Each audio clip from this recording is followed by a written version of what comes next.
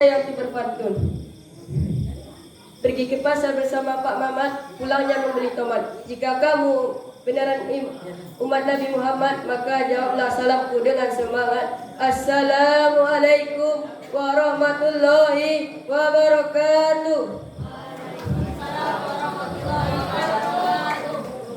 Innal hamdalillah nahmaduhu wa nasta'inuhu wa na'udzu billahi min shururi anfusina wa min sayyiati a'malina. May yahdihillahu fala mudilla lahu wa may yudlilhu fala hadiyalah. Asyhadu an la ilaha illallah wahdahu la syarikalah wa asyhadu anna Muhammadan abduhu wa rasuluh la nabiyya ba'da. Amma ba'du. Alhamdulillahi Rabbil Alamin. Segala puji bagi Allah Subhanahu wa Ta'ala yang telah memberikan kita nikmat iman, Islam serta kesempatan untuk terus menuntut ilmu. Salawat dan salam semoga tercurah kepada junjungan kita Nabi Muhammad sallallahu alaihi wasallam, suri teladan umat yang membawa cahaya ilmu dan akhlak mulia dengan lafaz Allahumma salli ala sayyidina Muhammad wa ala ali sayyidina Muhammad. Assalamualaikum ya Rasulullah, assalamualaikum ya Habibullah. Para hadirin yang saya hormati, Ustaz yang berkenan hadir dan juri-juri yang bijaksana dan teman-teman santri yang saya cintai karena Allah. Pada kesempatan yang mulia ini, izinkan saya untuk menyampaikan pidato singkat saya tentang adab santri dalam menuntut ilmu. Sebagai seorang santri, menuntut ilmu bukan hanya soal memahami pelajaran, menghafal kitab, atau mengerjakan tugas-tugas. Menuntut ilmu adalah ibadah, dan setiap ibadah dilandasi dengan adab dan akhlak yang baik.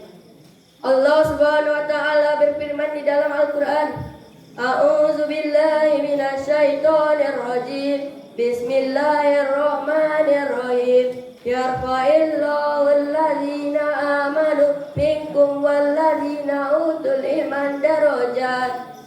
Artinya, Allah akan menaikkan derajat orang-orang yang beriman di antara kamu dan orang-orang yang diberi ilmu beberapa derajat. Quran Surat Al-Mujadilah ayat 11. Ayat ini menegaskan bahwa ilmu adalah kemuliaan dan kemuliaan akan membawa manfaat jika disertai dengan adab. Nabi Muhammad sallallahu alaihi wasallam bersabda, "Man salaka tariqan yaltamisu fihi ilman sallallahu tariqan ilal jannah." Barang siapa yang menempuh jalan menuntut ilmu, maka Allah akan memudahkan baginya jalan menuju surga. Namun, untuk mendapatkan kemuliaan itu, seorang santri harus menjaga adab. Tanpa adab, ilmu akan menjadi beban. Berikut adab yang harus dijaga oleh setiap santri. Yang pertama, ikhlas karena Allah. Menuntut ilmu harus diniatkan untuk mencari ridha Allah, bukan hanya untuk dipuji atau merasa lebih tinggi dari orang lain. Yang kedua, tawadu atau rendah hati. Jangan sombong dengan ilmu yang dimiliki. Semakin berilmu, semakin merasa kecil kita di hadapan Allah. Yang ketiga, menghormati guru. Tanpa guru, kita tidak akan tahu apa-apa. Hormatilah guru lewat ucapan, sikap, ketaatan selama tidak bertentangan dengan syariat Islam. Yang keempat, menghargai teman seilmuan. Jangan meremehkan teman yang belum tahu. Justru kita harus saling membantu, mendoakan dalam proses belajar. Yang kelima, menjaga lisan dan adab duduk di majelis ilmu. Diam saat guru berbicara, mencatat ilmu, dan mendengarkan dengan seksama. Yang keenam, mengamalkan ilmu. Ilmu yang tidak diamalkan bagaikan pohon tanpa buah. Allah membenci hambanya yang banyak tahu tetapi tidak mengamalkan ilmunya. Para hadirin yang dirahmati Allah, ilmu adalah cahaya, dan cahaya tidak akan masuk ke dalam hati yang kotor, sombong, dan jauh dari adab. Maka memperbaiki adab bukanlah hal yang remeh. Ia adalah salah satu syarat utama agar ilmu menjadi berkah. Ketika kita melihat ulama besar seperti Imam Syafi'i, Imam An-Nawawi, atau bahkan Imam Al-Ghazali, mereka terkenal karena keluasan ilmu tetapi juga karena kesantunan dan kemuliaan akhlak mereka terhadap guru dan sesama. Imam Syafi'i pernah berkata, "Aku membuka lembaran kitab di hadapan guruku secara perlahan karena aku tidak ingin debunya berterbangan dan mengganggu beliau."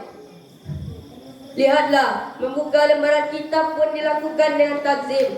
Sebagai santri hari ini, tugas kita bukan hanya menghafal kitab atau mengerjakan tugas.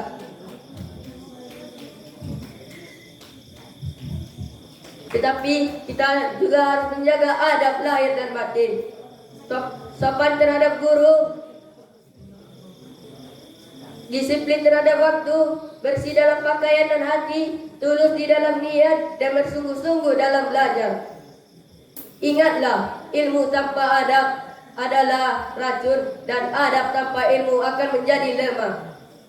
Tetapi ketika ilmu dan adab menyatu, maka lahirlah generasi santri yang menjadi para pemimpin, pendidik, dan penyejuk hati bagi umat.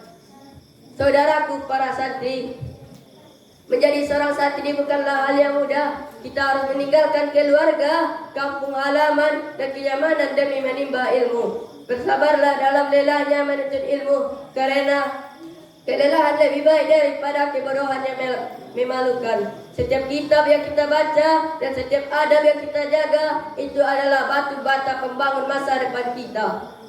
Jangan takut gagal, karena dulunya ulama besar hanyalah pelajar biasa yang tekun, sabar, dan tidak pernah berhenti dalam berusaha.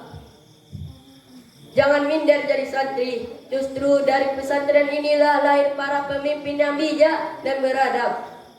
Ingatlah, ilmu tanpa adab sama dengan kesombongan, ilmu tanpa amal sama dengan sia-sia, dan adab tanpa ilmu sama dengan rapuh. Tetapi ketika ilmu dan adab digabungkan dan digabungkan juga dengan amal, maka lahirlah kekuatan sejati. Pesan untuk kita semua, jangan sombong terhadap ilmu, karena lautan ilmu Allah tak habis diselami.